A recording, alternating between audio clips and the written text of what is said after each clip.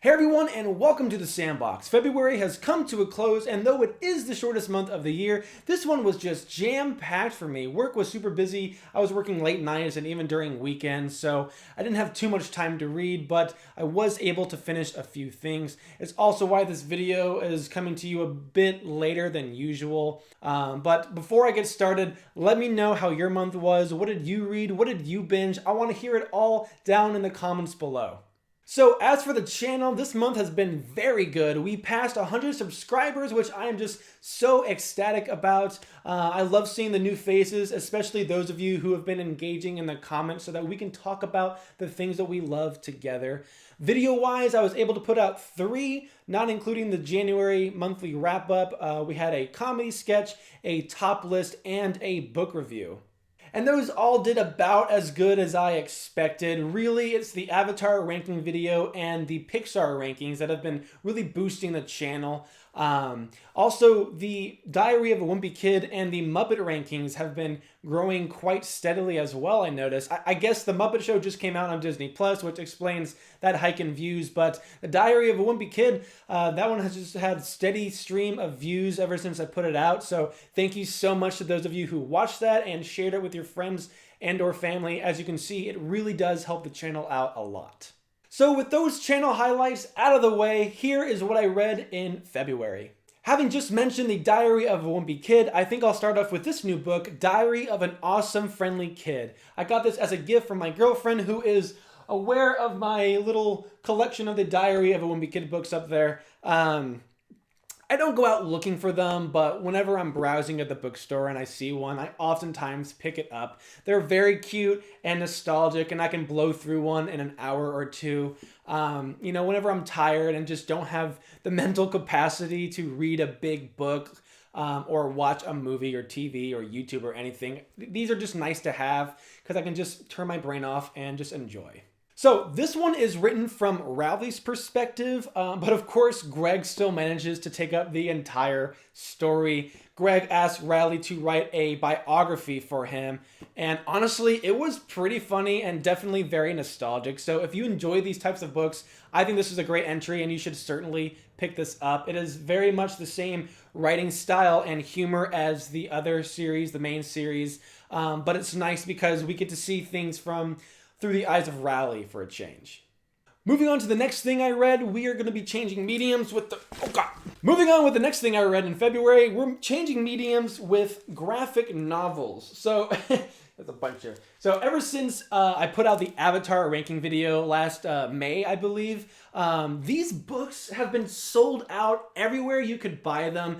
I was checking every other week and I just couldn't get one, so took a few months off and I checked a couple weeks ago, and sure enough, they are all back in stock, or at least most of them. So I picked up the next few books, 4 through 6, I believe. So there's only 2 left for me to get, and those are the anthology ones. So these are the main story arcs. And I picked these up and started rereading the first one, The Promise. So this one picks up right where Avatar left off and revolves around a promise that Zuko forces Aang to make, which is that if Zuko ever becomes like his dad, he wants Aang to end him.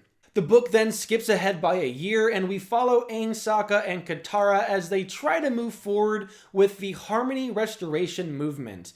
And meanwhile, Toph is starting her Beifong Metal Bending Academy.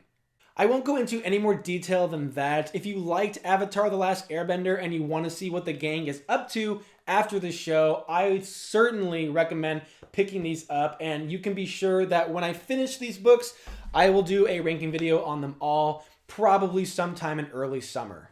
And last but certainly not least, this February I spent most of my reading time on Tolkien's The Lord of the Rings. Unfortunately, because time was so limited this month, I was only able to finish The Fellowship of the Ring.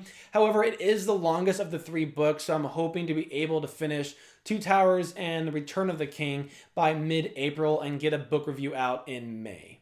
But as for Fellowship, I was honestly pleasantly surprised. The prose of Tolkien is certainly very flowery. He likes to write chunks at a time, whether it's a character rambling on for a few pages or him simply describing the setting for a scene within his very fantastical world. The book is even filled with poems and songs, and even though that isn't exactly my taste, I didn't mind it for the most part. I was very enthralled with the world and its history, and the quest our characters must go on. And similar to The Hobbit, I didn't find the characters to fly off the page, so having already seen the films definitely helped me get through this. Tolkien isn't the most dynamic writer, but he is still a fantastic storyteller. Now, there were a couple of things that I found much better in the book than in the films. For one, I really enjoyed the history from the first few chapters about the Ring and Sauron and the rest of Middle-earth. Sometimes the history being filled with a bunch of nonsense names from a language he designed, it can get really confusing for me, but I think this one started off really strong and made it easier to follow than the film did. Another thing I really liked about this is the pacing of events. In the film, as soon as Frodo gets this ring, Gandalf's like, Frodo, you must run! Run, destroy the ring, never wear it! But it doesn't make sense when you consider how long Bilbo had the ring for and how often he wore it. I mean, he was a full-on prankster. However, in the book, there's like 9 years that passed between Frodo getting the ring and Gandalf just even discovering what the ring is. Plus, the book explains a bit more about how Bilbo was corrupted by the ring. He wasn't fully corrupted, but the evil did leave a shadow on him. Anyways, I don't want to ramble on too much. I'll be sure to give my main thoughts on the book when the review comes out. I just wanted to share my initial thoughts on the first book. So that wraps up what I read in February, and what I plan to read in March is obviously Two Towers and Return of the King, and I'll also continue on with my read of the Avatar graphic novels. But for the most part, I'll be primarily focused on new shows and films coming out this month. Yeah, March is looking like a huge month. I mean, we just got the WandaVision finale this past Friday, and you can expect a episode ranking on Monday, which should be tomorrow by the time you're watching this.